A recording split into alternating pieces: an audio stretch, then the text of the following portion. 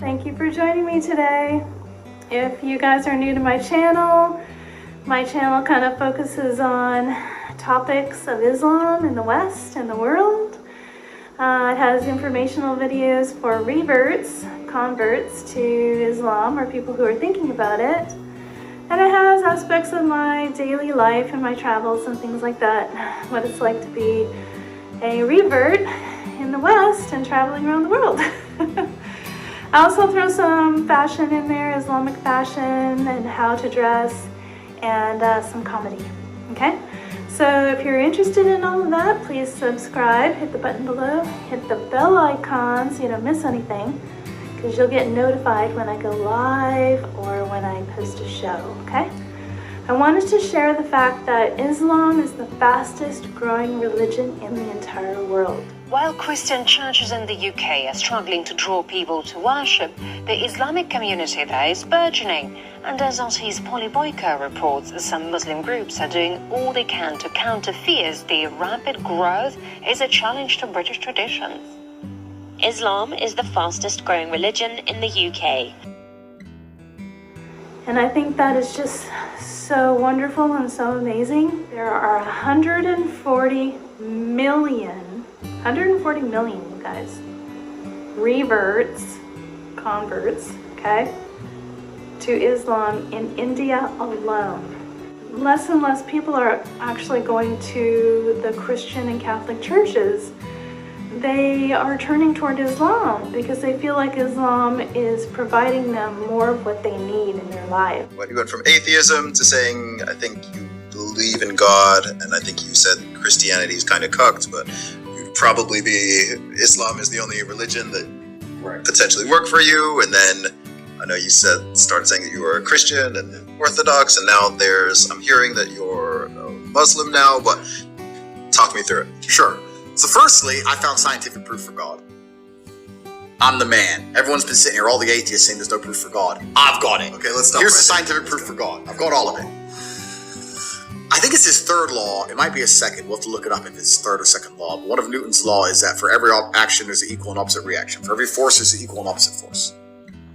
Anyone who's perspicacious enough to look around them and sees the true evil in the world today understands that there must be an equal and opposite to that true evil, which is good, which means that God must be real. If all of the evil in the world today is the act of demons and devil, and people will try and pretend it isn't, but if you truly understood things like the elites making you miss your grandma's funeral to laugh at you, like cutting up the dicks of kids because of a psyop on the Disney Channel, when you truly understand the level of evil in the world today, then you must understand the only equal and opposite force can be God. Another thing I've argued with atheists about, they don't understand that even God as a concept, even just as a concept, in and of himself becomes a real thing. If you have 1,000 people and those 1,000 people believe in a God, even if there's no man in the sky, but those 1,000 people believing in a God makes them act righteously, then even as a concept in and of itself, God is a real force. God, the idea as a force, is making the people act righteously. So God must exist in some form. So I understood that the thing that made me stop being an atheist is simply the amount of evil that's all around me. It's like, if this much evil, if Satan is going to appear, if Satan appears in front of you, you're going to have to say, okay, well then God must be real. And that's the point we got to. I realized there was so much evil and so much injustice. What specifically? It's just the endless, genuine, deliberate attempts at destroying the baseline morality of humans. Just making us believe that to the point where pedophilia isn't even bad. Like, incest is okay. Like, things we know are wrong. We just innately know it's wrong. And they're just trying their best to destroy our moralities. And these moralities were installed in us by somebody or something. I believe God now. And they are attempting to destroy them. Who would attempt to destroy the baseline morality that was God-given? Satan. So if Satan is trying to destroy our morality, then God must be real. So, equal and opposite forces, Newton's law proved God. So once I realized God was real, it's like, okay, then you have all these different interpretations of God, which is interesting.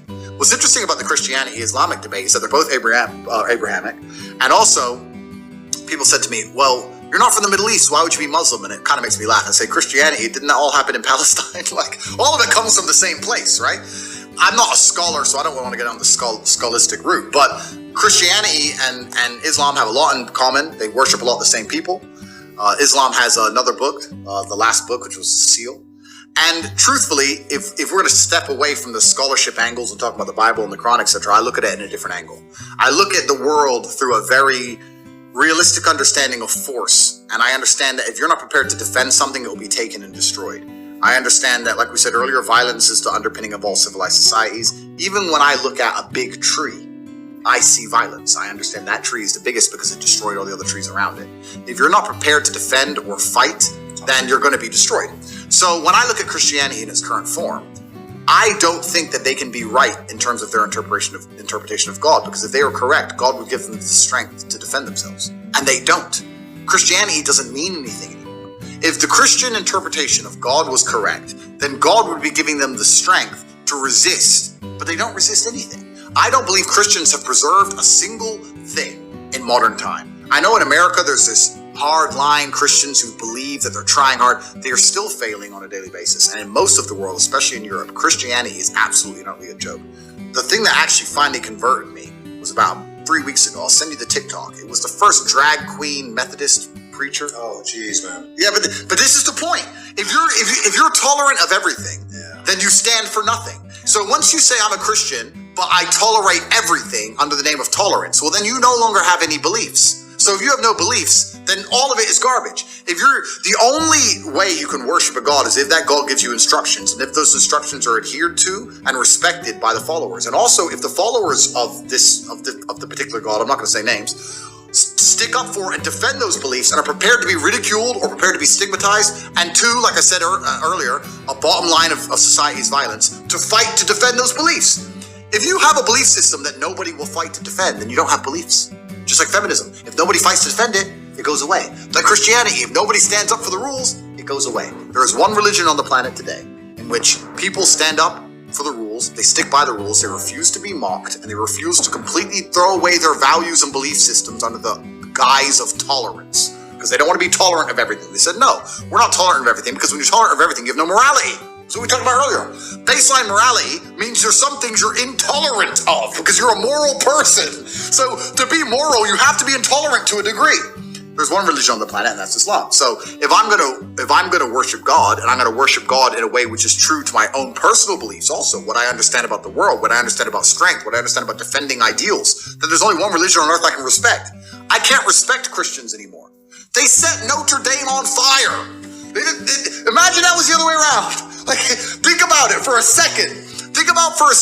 I say this all the time. People walk around with t-shirts. Jesus is gay in TVs. They're making fun of Christianity on TV. They're mocking your God in front of your face, and Christians don't say a word. They don't say a word. They will take a preacher of whatever background which directly contradicts your holy book and put him in a church to teach to your children, and they will not say a fucking word. And then they sit there and go, well, they say tolerant because they're cowards. But the truth is this. If your interpretation of God and the world was right, I don't believe God would allow you to sit there and be such a fucking coward. That's what I don't believe. I don't think that God would allow you to do that. I think he'd say, no, you need to defend our ideals because our ideals are good for humanity, and Christians fail to defend them. So if they fail to defend them, they do not exist. There's only one religion left on the planet. Wow, that's Islam. That's it. But it's the only religion. It's so interesting because I'm a Christian. Okay. Have been lifelong, right? Yeah. And so in terms of the conclusion, I obviously have a different conclusion, but I totally get what you're saying, and myself have made over the years many of the same criticisms, particularly in the Western Anglosphere. Many of you have been wondering about Islam, or you've been thinking about converting, or you maybe have already reverted and you want more information, right? I gotta tell you, there is this website called whyislam.org, and I myself used it before I reverted. So if you want more information, or you're thinking about reverting, or you're a new Muslim and you need some support or resources, go there. I'll put a link in the description below so you can get there easily. You can just click on it and go.